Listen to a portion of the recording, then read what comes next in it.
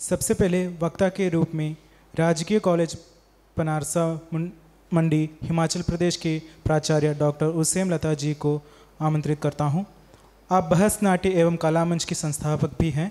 कई सारे राष्ट्रीय एवं अंतर्राष्ट्रीय संगोष्ठियों एवं कार्यशालाओं का आयोजन आपके नेतृत्व में संपन्न हुआ है।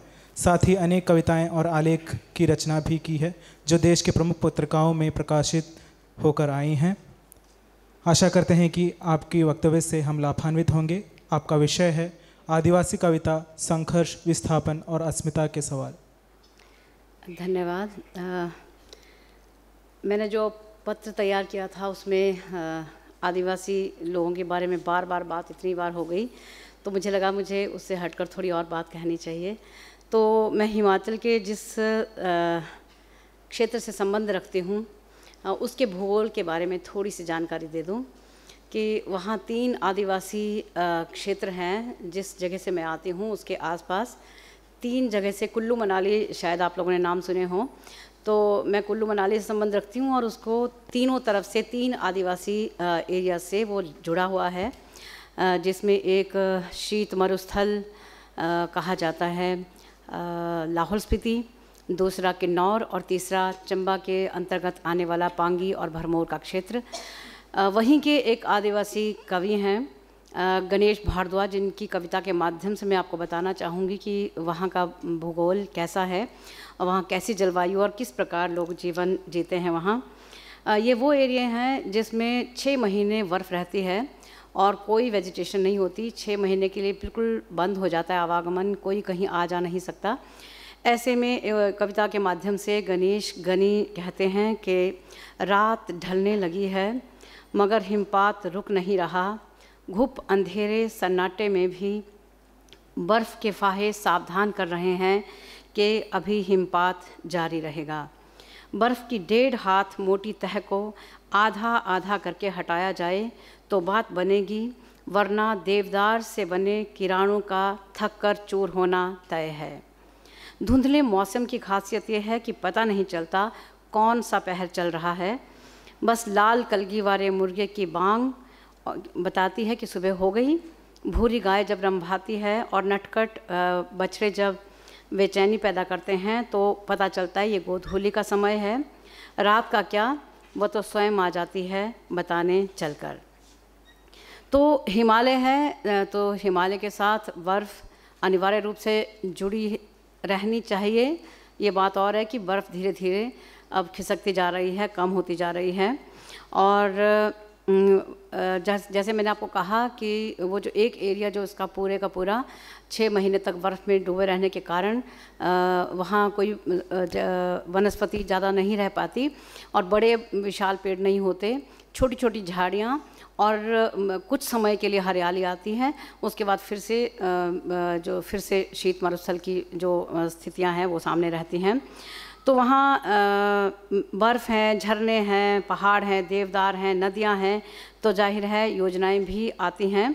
और उन योजनाओं में एक टूरिज़्म अब एक नया और ज़्यादा इन एरियो में पसर रहा है, क्योंकि अभी अभी रोहतांग के नीचे एक टनल बनी है, अटल टनल, और अटल टनल बनने के बाद एकदम से कितना ज़्यादा बदलाव आया है इस आदिवासी क्षेत्र में, उस पर भी बहुत सी कविताएं आ रही हैं। तो जैसे मैंने कहा कि तीनों तरफ से ये घिरा हुआ है, तो मैडम शशि जी ने एक बात कही थी, सिंहावलोकन, तो मुझे ये लगा कि वो सिंहावलोकन अब हो रहा है वहाँ। स्की विलेज, अटल टनल, विशालकाय हाइड्रो पावर प्रोजेक्ट्स, ये सभी चीज़ें कैसे वहाँ की पारिस्थितिकी को और पर्यावरण को अब कैसे नुकसान पहुँचा रहे हैं और किस प्रकार सरकारी नीतियाँ इस प्रकार की बन रही हैं कि किस तरह से वो जो आदिवासी एरियाओं को जो संरक्षण मिला हुआ है उसे हटाया जाए। आप सब लोगों ने सुना ही होगा, पिछले दिनों लेह से दिल्ली तक की यात्रा सोनम वांगचुक ने की और वो 6 शेड्यूल को लेकर, उन समस्याओं को लेकर की थी। तो लोकतांत्रिक सवाल अपने आप ही इसमें जुड़ जाते हैं। तो अब लाहौल स्पीति की बात करूं तो शीत मरुस्थल से संबंधित एक और महत्वपूर्ण कवि हैं जिनका नाम अजय है। अजय की कविता के माध्यम से आप समझ पाएंगे कि ये टूरिज़्म कैसे वहाँ के आदिवासी इलाकों को प्रभावित कर रहा है। उनका कहना है कि हमारे नदी और पहाड़ उनके पिकनिक स्पॉट हैं। हमारे गांव उनके अजायब घर, हमारे मकान उनके चिड़ियाघर हैं और हम जानवरों की लुप्त होती प्रजातियां। अब यदि इसी कविता को लोकतांत्रिक मूल्यों या उनसे जुड़े सवालों से जोड़कर देखा जाए तो कुछ बातों पर ध्यान देना ज़रूरी हो जाता है। इस कविता के माध्यम से हमें ये पता चलता है कि जहाँ एक और पर्यावरण और प्रकृति की अनदेखी की जा रही है, वहीं आदिवासी अस्मिता और सांस्कृतिक जो पहचान है उसके सवाल भी खड़े होते हैं। आदिवासी समुदायों के अधिकारों के हनन और उनकी उपेक्षा, वो भी हमें इस कविता के माध्यम से सामने नज़र आती है। इस संदर्भ में वंदना टेटे का एक महत्वपूर्ण कथन जो वाचिकता में उन्होंने कहा है कि एक लंबे संघर्ष के बाद देर से ही सही आखिरकार आदिवासी दर्शन और साहित्य उन लोगों के विमर्श में शामिल है। यहाँ एक और बात का जिक्र करना ज़रूरी समझती हूँ कि 2005 के वर्ष में रमणिका गुप्ता और निर्मला पुतुल का आना कुल्लू में हुआ और जिस कारण बहुत से लोग इकट्ठा हुए वहाँ, और उसमें जैसे मैंने कहा आदिवासी क्षेत्रों के लोग और कुल्लू मनाली और मंडी के बीच में पढ़ने लिखने वाले लोगों का जमावड़ा हुआ। वहाँ निर्मला पुतुल से मिलने का और रमणिका गुप्ता से संवाद करने का अवसर प्राप्त हुआ। तो निर्मला पुतुल की कविता का जिक्र मैं यहाँ वंदना टेटे के इस कथन के साथ जोड़कर करना चाहती हूँ। वे बुधन हांसदा नामक एक कविता है उनकी, जिसमें वे कहते हैं कि ये कैसी विडंबना है बुधन हांसदा कि जिन सड़कों को बनाने में तुमने दिन रात एक कर खून पसीना बहाया, वे सड़कें तुम्हें कहीं पहुंचा नहीं सकीं आज तक। सोचो कि अब तक क्यों नहीं आई तुम्हारी ज़िंदगी में रफ्तार, जबकि तुम्हारी मेहनत पर टिके पुल पर सरपट दौड़ रही हैं गाड़ियाँ। वंदना टेटे के इस कथन को और निर्मला पुतुल की इस कविता के संदर्भ में यदि आदिवासी समाज के पीड़ा संघर्ष को देखना हो तो लोकतांत्रिक मूल्यों और आदिवासी सवालों के बीच संबंधों का अध्ययन करना ज़रूरी हो जाता है। इस संदर्भ में राकेश कुमार सिंह जी के उपन्यास जो इतिहास में नहीं है उसका जिक्र करना चाहूँगी। उसमें सिद्धो मुर्मू द्वारा कमिश्नर के सम्मुख अपनी गिरफ्तारी के बाद दिए गए बयान की चर्चा है, जिसमें मैं पूरा नहीं पढ़ूंगी, उसकी अगली और पहली और अंतिम पंक्तियाँ पढ़ूंगी समय के अभाव के चलते। हमें तीर धनुष चलाना पड़ा, हूल करना पड़ा, लल मुँहे पलटीन के कारण। अब बीच का छोड़ रही हूँ, अंतिम बता रही हूँ। हमने अपना हक मांगा तो तुम्हारी पलटन ने हमें बनेला बाघ बूझकर बंदूक मारा। तब ठाकुर मारंगवरु ने हमसे कहा हूल करो, हमने हूल किया। अब यहाँ इसको मैं एक तरह से एक आदिवासी जनता का प्रतिनिधित्व करता हुआ कथन मानती हूँ, जहाँ उनके संघर्ष और तकलीफ़ों को तो वो सामने लाता ही है, वहीं उस लाचारी को भी दिखाता है जिसने उन्हें विवशतापूर्ण स्थितियों तक पहुँचाया है। उनके पुरखे कदम कदम पर उनका मार्गदर्शन करते हैं और वे उनसे प्रेरित होते हुए कहते हैं कि जंगलों के साथ क्या होता है। रोता है एक मामा मुरिया पूछकर, अपनी आँखों में अंधे पहाड़ का दुख ढोते हुए, जिसमें बहुत लोहा है, मैं लोहा भरे शब्दों से कविता बनाता हूँ। ये कविता बस्तर बेलाडीला शैलेंद्र साहू की कविता है, जो वनों पर निर्भरता और सरकारी नीतियों से उनके जीवन पर पड़ रहे असर का हृदयस्पर्शी चित्र प्रस्तुत करती है। आदिवासी कवियों में जिसमें बहारू सोनवाणे, निर्मला पुतुल, अनुज लुगुन, जसिंता किरकेटा और मैं अगर हिमाचली आदिवासी अजय कवियों को भी गिनूँ तो अजय, गणेश भारद्वाज, ईशान मार्बल, सुनीता कटोच जैसे कवियों की कविताओं को पढ़ते हुए कुछ समान विशेषताएं सामने आती हैं जिनकी चर्चा करना आवश्यक हो जाता है। आदिवासी कविता आदिवासी समुदायों की संस्कृति, परंपराओं और रीति रिवाजों का प्रतिबिंब है। इसीलिए ये कविता कुछ मायनों में, मैं कह रही हूँ कुछ मायनों में, गैर आदिवासी लेखकों की रचनाओं से थोड़ा भिन्न दिखाई देती हैं। इन कविताओं से गुजरते हुए अत्यंत सूक्ष्मता से उनकी राजनीतिक और सामाजिक चेतना के भी दर्शन होते हैं। इसीलिए आदिवासी कविता में सामाजिक और राजनीतिक सवालों का महत्वपूर्ण स्थान है। जल, जंगल, ज़मीन की लड़ाई, वन अधिकार और आदिवासियत के मूल अधिकार उनकी कविता के प्राण हैं। एक ओर आदिवासियों की जीविका के लिए वनों पर निर्भरता और दूसरी ओर वनों से अधिकाधिक आय प्राप्त करने की सरकारी नीति के चलते आदिवासी वन मजदूरों में तब्दील हो गए हैं।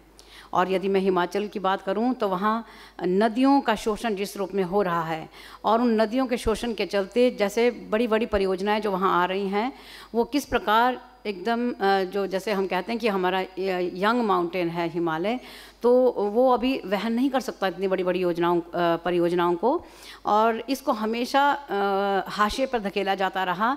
छोटी परियोजनाओं की जो बातें वहाँ हो सकती थी, छोटी छोटी पनबिजली जिसमें घराट, जिसमें हमारे यहाँ घराट कहते हैं, जिससे हम अनाज पीसा करते थे एक ज़माने में, तो उनसे जुड़ी हुई अगर परियोजना हर गांव के अंदर होती तो इतना पर्यावरण का विनाश नहीं होता जो अभी हुआ।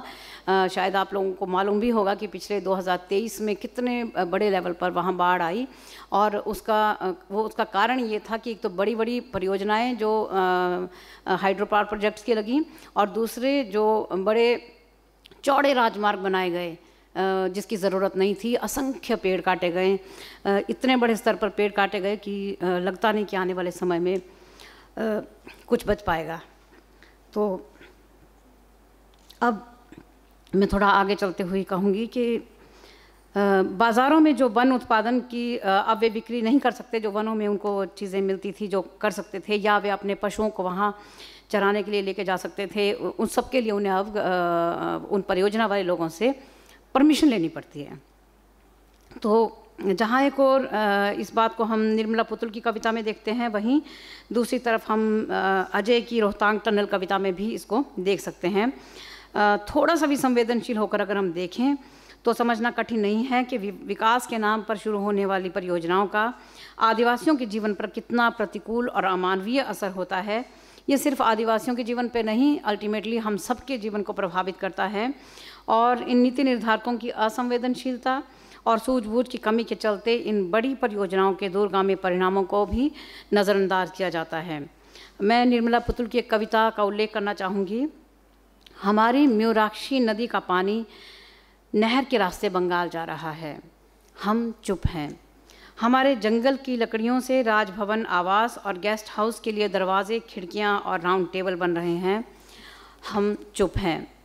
विकास का ये जो मॉडल है हमारे सामने, उसकी परतें ऊपर से दिखाई नहीं देती, और चूंकि अधिकांश लोगों का कोई सीधा संबंध इससे नहीं होता, इसलिए सत्ता, प्रशासन और बहुराष्ट्रीय कंपनियों की जो मिली भगत है या उनकी जो सांठगांठ है वो वो लोगों को दिखती नहीं है, और आदिवासी इलाकों पे विकास के नाम पर ये जो घुसपैठ है वो आसान हो जाती है। इस कुटिलतापूर्ण राजनीति को आदिवासी लेखक व्यक्त करने में समर्थ हुआ है।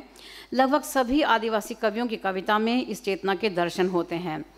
अजय की एक कविता को मैं आपके सामने रखना चाहूँगी कि वे कहते हैं कि देखना चाहता हूँ एक पृथ्वी जो नहीं मिल रही, नहीं मिल रहा एक पहाड़, नहीं मिल रहा एक समंदर, नहीं मिल रहा एक जंगल, उफनती नदी, नहीं मिल रही, नहीं मिल रही बनती हुई एक धरती। हवा खामोश है और मैं दौड़ता हूँ उद्विग्न, खोज रहा हूँ एक धड़कती हुई खूबसूरत पृथ्वी जो यहीं है, यहीं कहीं है, पर नहीं मिल रही, नहीं ही मिल रही। ये सच है कि प्रकृति से दूर दूर आरामप्रस्त जीवन जीने के आदि अधिकांश लोग ये जान नहीं पाते कि प्रकृति से उनका रिश्ता कैसा है या कैसा होना चाहिए, जबकि प्रकृति के सानिध्य में रहने वाले आदिवासी उसे अपना ही हिस्सा मानते हैं और उस पर होने वाली हर चोट से आहत होते हैं। जसिंता किरकिट्टा की एक कविता है जिसमें वो माँ से संवाद कर रही हैं। इस कविता को मैं आपके सामने रखना चाहूँगी। एक बोझा लकड़ी के लिए क्यों दिन भर जंगल छानती, पहाड़ लांघती, देर शाम घर लौटती हो। माँ कहती है, जंगल छानती, पहाड़ लांघती, दिन भर भटकती, सिर्फ भटकती हूँ सिर्फ सूखी लकड़ियों के लिए, कहीं काट न दूँ कोई जिंदा पेड़। इस प्रकार आदिवासी कवियों की कविताओं और अन्य पुस्तकों को पढ़ते हुए लगता है कि जल जंगल ज़मीन की ये लड़ाई 18वीं शताब्दी से ही किसी न किसी रूप में लड़ी जा रही है। लेकिन खेद का विषय है कि बहुसंख्य भारतीय और बाहरी दुनिया इन लड़ाइयों से अनभिज्ञ रही। आज जब पाठक आदिवासी इतिहास, संस्कृति, दर्शन से जुड़े लेखकों को पढ़ते हैं तो लगता है कि भारतीय इतिहास का आदिवासी पक्ष किस तरह अंधेरों में गुम था।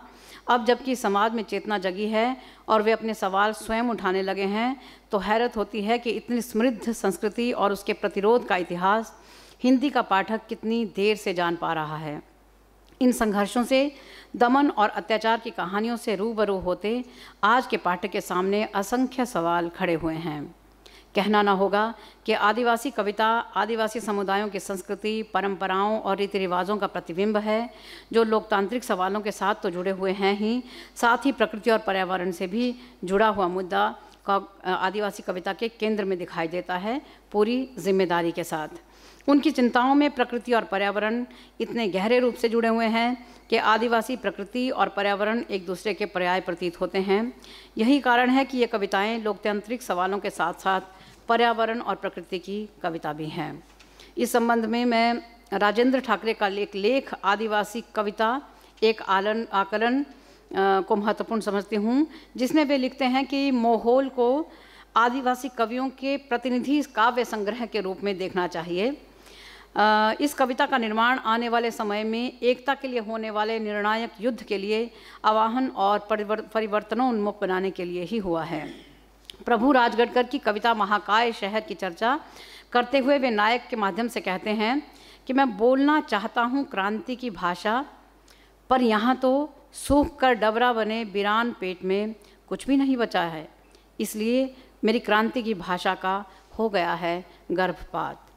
अंततः सभी आदिवासी कवियों की कविताओं और आदिवासी चिंतकों द्वारा व्यक्त की गई चिंताओं, संघर्षों, दमन व प्रतिरोध के अध्ययन को ग्लेडसन डुगडुंग की क्या मैं माओवादी हूँ लेख के माध्यम से विकास बनाम विस्थापन को समझा जा सकता है। वे कहते हैं कि विकास के नाम पर मैंने अपना सब कुछ खो दिया और अब मेरे पास खोने के लिए कुछ नहीं है, इसलिए मैंने अपने लोगों के लिए लड़ना तय कर लिया है, क्योंकि मैं नहीं चाहता कि वे भी मेरी तरह ही विकास के नाम पर चले जाएं। मैंने संघर्ष के लिए जनतांत्रिक रास्ता अख्तियार किया है। संविधान के अनुच्छेद 19 में इसका प्रावधान है, कलम, मुंह और मन मेरे हथियार हैं। मैं न तो माओवादी हूँ और न गांधीवादी, लेकिन मैं एक आदिवासी हूँ जो कि अपने लोगों के लिए लड़ने को कटिबद्ध है, जिसे भारतीय समाज ने अलग थलग, विस्थापित और संसाधनों से बेदखल कर दिया है। अंत में ये बताना भी ज़रूरी हो जाता है कि आदिवासियों की ये समस्या केवल भारत की समस्या नहीं है, ये वैश्विक है। ये विडंबना ही है कि ऐसे समय में जब प्रकृति और मनुष्य के बीच में संघर्ष सबसे तेज़ गति से चल रहा है और धरती का संतुलन बिगड़ गया है, प्रकृति और पर्यावरण पर खतरे की घंटी बज रही है, उन मानव समूहों को जो सदियों से प्रकृति के साथ रहते आए हैं, उन्हीं को हाशिए पे धकेलने की कोशिशें की जा रही हैं। अंत में आदिवासी साहित्य क्यों में भुजंग मेश्राम का कथन यहाँ उद्धृत करना चाहूँगी। वे कहते हैं कि केवल भारत नहीं, विश्व भर में आदिवासियों के साथ हुए दमन और शोषण की कहानियाँ हाशिए पर डाली जाती रही हैं या बहुत कम वर्णित हुई हैं। केन्या के न्यूगो और थेगो ने इन आदिवासी लोगों का a false hero of independence कहानी में वर्णन किया है। डीकोलोनाइजिंग और द माइंड जैसे साहित्यिक ग्रंथों में आदिवासी साहित्य के एहसास की पुष्टि की गई है। उनके अनुसार विदेशी साहित्यकारों ने अफ्रीका के इतिहास को कबीलाई झगड़ों का नाम देकर आदिवासियों के विरुद्ध षड्यंत्र रचा। अतिक्रमणवादी साम्राज्यवाद विरोध में आदिवासियों का प्रतिरोध एक वास्तविकता थी, जिसे उन्होंने साहित्य में प्रतिबिंबित किया है, जिसे हमारे यहाँ बिरसा मुंडा ने 125 वर्ष पहले रखा। कलाहारी से कलाहांडी, ये दो स्थान ग्लोबल संस्कृति से नहीं तो आदिवासी साहित्य से अपने से लगते हैं। अंत में लोकतंत्र पे ही अजय की एक कविता के साथ मैं अपने वाणी को विराम दूंगी, जिसमें वे कहते हैं कि लोकतंत्र को इसलिए तो नहीं सोचा होगा हमारे पुरखों ने कि आदमी कछुआ हो जाए। ये आदमी के बचने कतराने की तरकीब नहीं थी, ये उसके तपने पकने का, खुली हवा में सांस लेने का ख्वाब था, जिसे हम बहुत देर तक याद नहीं रख पाए। हमें सामना करना था जबकि हम पीछे हट गए, हमें जूझना था जबकि हम दुबक गए। आओ एक बार हम इस मिट्टी में समा जाएं, एक बार फिर जन्म लें, इस लोकतंत्र में जंगल की तरह उगें और खूब तनकर जिएं। धन्यवाद।